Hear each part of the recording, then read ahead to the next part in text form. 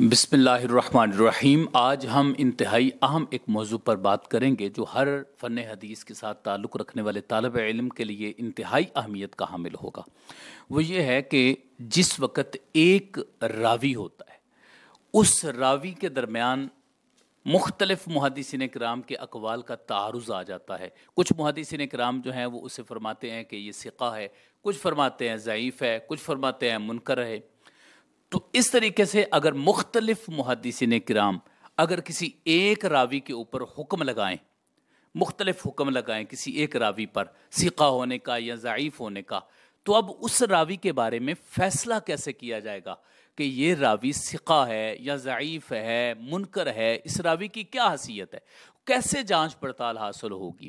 تو یہ بات ذہن میں رکھیے گا۔ بعض احباب یہ سمجھتے ہیں کہ شاید جس طرف زیادہ محدثین کرام گئے ہیں اسی کی طرف فیصلہ سنا دیا جائے گا، تو ایسی بات نہیں ہے۔ یہاں پر 3 اقوال میں آپ کے سامنے رکھوں گا، اور ان 3 اقوال کا اگر آپ مطالعہ فرمانا چاہیں تو الرفع والتکمیل علامہ عبدالحی لکھنوی رحمہ اللہ نے انہوں نے یہ تینوں اقوال ذکر کر کے پھر اپنا فیصلہ سنایا ہے، تو میں چاہتا ہوں کہ اسی سے ہی میں کچھ آپ کے سامنے رکھ دوں۔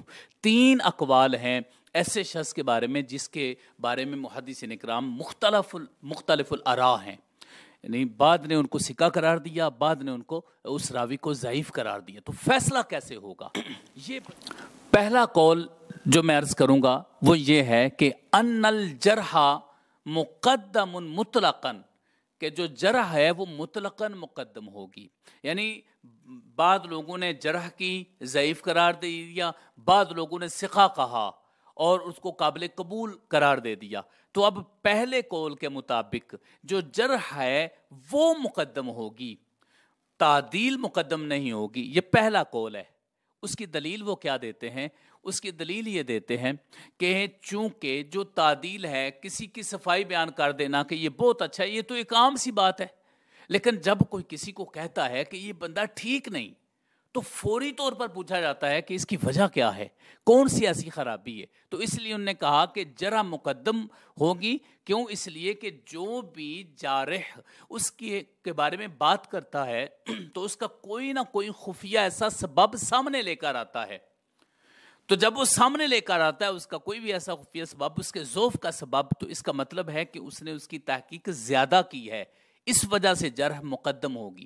اور اس کے بارے میں امام خطیب بغدادی رحمہ اللہ جو ہیں انہوں نے جمہور علماء کا ایک ریفرنس بھی کیا ہے کہ جمہور علماء نے یہ کہا ہے، یہ قول انہوں نے کی ہے۔ اس کے علاوہ ابن صلاح نے جو ہے وہ اس کو زیادہ صحیح قرار دیا ہے۔ یہ ایک قول ہے کہ جرح مقدم ہوگی۔ دوسرا قول کیا ہے کہ تعدیل مقدم ہوگی۔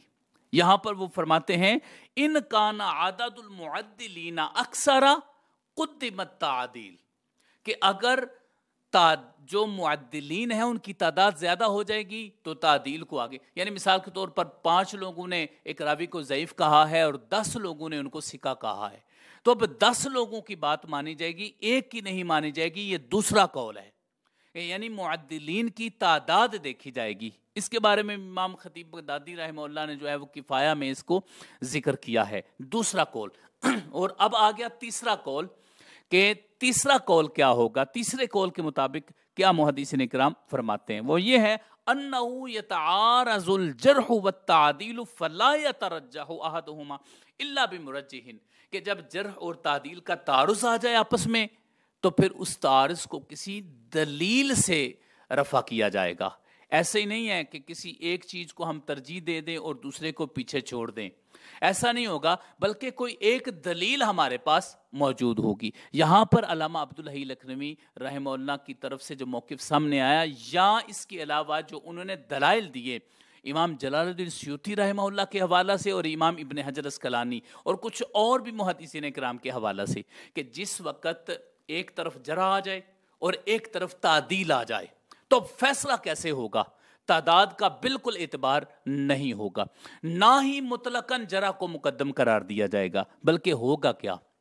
اگر 5-10 لوگوں نے جرح کی ہے، 5-10 لوگوں نے تعدیل کی ہے، تو اب جنہوں نے جرح کی ہے ان سے دلیل مانگی جائے گی، انہیں کہا جائے گا کہ جرح اس وقت قابل قبول ہوگی جب تعدیل کے ہوتے ہوئے جرح مفسر ہوگی، بتایا جائے گا کہ آپ جرح کیوں کر رہے ہیں. ایک راوی کو ضعیف قرار دے رہے ہیں تو کیوں ضعیف قرار دے رہے ہیں, ایک راوی کو غیر قابل قبول قرار دے رہے ہیں تو کیوں قرار دے رہے ہیں. عمومی طور پر انسان کی فطرت میں سچائی ہے, انسان کی فطرت میں عدالت ہے, یہ چیز تو انسان کے پاس موجود ہے عمومی طور پر, لیکن جب آپ اس پر کوئی داغ لگا رہے ہیں تو اس کی کوئی وجہ تو ہوگی کہ کیوں لگا رہے ہیں. اس کی ایک چھوٹی سی مثال آپ لے لیجیے. مثال کے طور پر امام ابو حنیفہ رحمہ اللہ, ان کو امام یحییٰ بن معین نے ثقہ کہا ہے, امام شعبہ نے ان کے بارے میں اچھی رائے قائم کی ہے, دیگر محدثین کرام نے بھی ان کو ثقہ کہا, لیکن کئی محدثین کرام نے جس طرح امام ابوبکر خطیب بغدادی ہیں یا امام دارقطنی ہیں, انہوں نے ان کو ضعیف کہا ہے اور ان پر جرح کی ہے امام ابو حنیفہ رحمہ اللہ پر. اب اس صورت میں تعدیل بھی موجود ہے اور جرح بھی موجود ہے. تو یہاں پر جس کی طرف زیادہ محدثین کرام گئے وہ یہی ہے کہ اگر جرح کریں گے تو بتائیں گے کہ یہ جرح کیوں کی ہے. اگر امام اعظم ابو حنیفہ رحمہ اللہ پر جرح کی ہے تو کیوں کی ہے. کسی نے اگر ان کو مرجئہ کہہ کر کہا کہ جرح تو یہ تو قابل قبول نہیں ہوتی, اس کا اصل سبب دیکھا جاتا ہے کہ کیا ہے.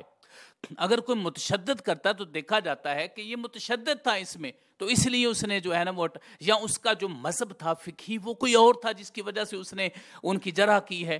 لیکن اگر جرح مفسر نہیں ہے, وہ جرح واضح نہیں ہے, اور ایسی جرح کی جو واقعتاً ہی کسی پر وارد ہو سکتی ہے اور ایسا جارح کہ جس کی جرح کو قابل قبول کیا جاتا ہے, اگر ایسی صورتحال پائی جاتی ہے تو پھر اس صورتحال میں اگر جرح واضح ہو جاتی ہے تعدیل کی موجودگی میں, جرح مفسر ہو جاتی ہے, تو پھر جرح کو مقدم کیا جائے گا.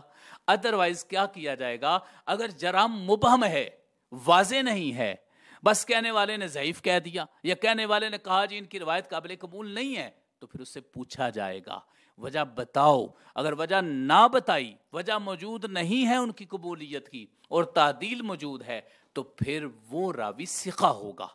اس راوی کی تعدیل کو سامنے رکھا جائے گا, اس کی تعدیل مقدم ہوگی.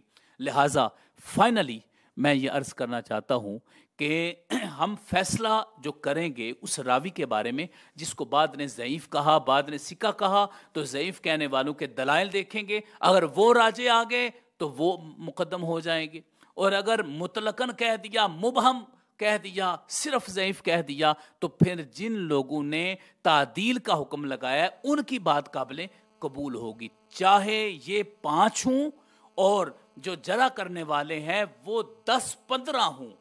تعداد کو کبھی نہیں دیکھا جاتا کہ ایک طرف 10 ہیں اور ایک طرف 5 ہیں تو کس کو قابل تسلیم سمجھا جائے گا. ایسی بات نہیں ہے, تعداد کو بالکل نہیں دیکھا جائے گا, دیکھا جائے گا دلیل کو.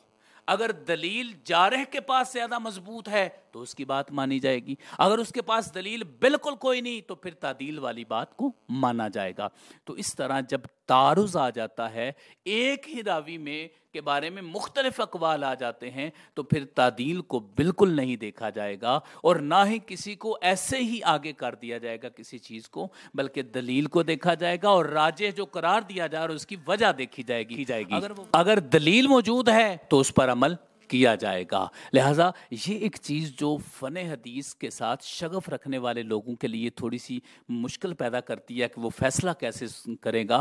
تو وہ جس وقت 15-20 مختلف اقوال کو اپنے سامنے رکھے گا تو بات سمجھ میں آ جائے گی کہ یہاں جرح کرنے والوں کی دلیل کیا ہے. اگر ان کے پاس کوئی دلیل نہیں, صرف ضعیف کے اقوال موجود ہیں, تو پھر تعدیل کی جائے گی اور اس راوی کو ثقہ قرار دیا جائے گا.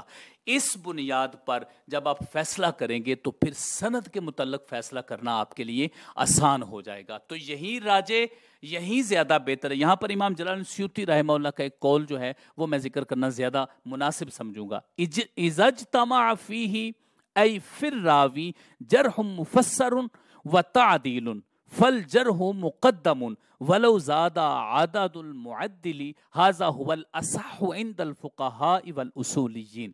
امام جلال الدین سیوطی رحمہ اللہ تدریب الراوی میں یہ فرماتے ہیں کہ جب ایک راوی ہے اس میں جرح مفسر اور تعدیل دونوں جمع ہو جائیں, جرح مفسر اور تعدیل, مفسر کا لفظ بہت ضروری ہے ساتھ لگانا, جرح مفسر اور تعدیل دونوں جمع ہو جائیں, فل جرح مقدم, تو جرح مقدم ہوگی جرح مفسر ہونے کی وجہ سے، ولو زاد عدد المعدل، اگرچہ وہ جس کی تعدیل کی جو تعدیل کر رہے ہیں، جو محدثین کرام ہیں، معدلین ہیں، وہ بشک تعداد میں زیادہ ہو جائے لیکن جرح مقدم ہوگی۔ لیکن اگر جرح مبہم ہوگی تو جرح مقدم نہیں ہوگی بلکہ تعدیل مقدم ہوگی۔ اللہ رب العزت ہمیں ان اصطلاحات کو صحیح طریقے سے سمجھنے کی توفیق عطا فرمائے اور اسی کے مطابق پھر احادیث پر، روایات اور اسانید پر حکم لگانے کی توفیق نصیب فرمائے۔ آمین یا رب العالمین۔ وصلی اللہ علی حبیبہ سیدنا محمد و آلہ وسلم۔